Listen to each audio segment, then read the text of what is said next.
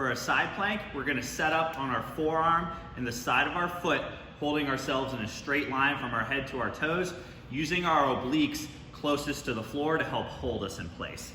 So what I'm gonna do is I'm gonna get my elbow pulled in really tight. I don't wanna be too far out like that because that's gonna put a lot of pressure on my shoulder. So I tuck that elbow in tight to my side.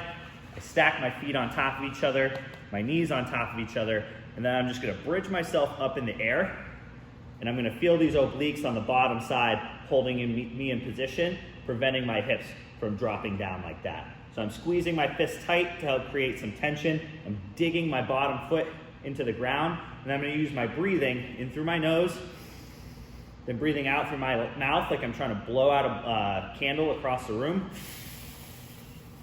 to increase the difficulty. As I breathe that air out, I feel my obliques on this bottom side working very hard. So in through the nose, out through the mouth, without letting my hips drop like so.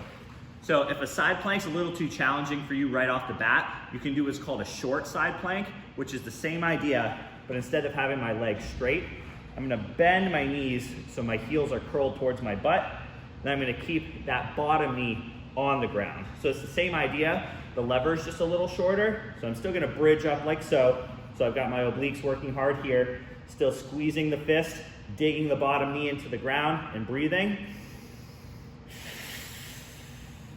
But because I have some more support on the ground and the lever is shorter, it's a little bit easier.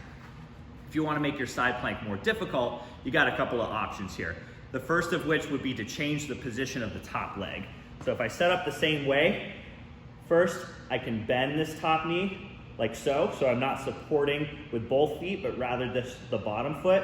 If I wanna make it a little more difficult still, I can lift that top leg and hold it like so. So you're gonna get a much bigger core challenge as well as a lower body challenge using your hips to hold your leg in place. Finally, you can elevate your feet on a surface, something like this bench. So I set up just as I would for a normal plank, but my feet are just gonna be on top of the bench here. Bridge myself up, breathe in, breathe out, just like so. So there's your side plank. Ways to make it a little easier if you're not ready for a normal side plank, ways to make it harder if you've mastered the normal side plank.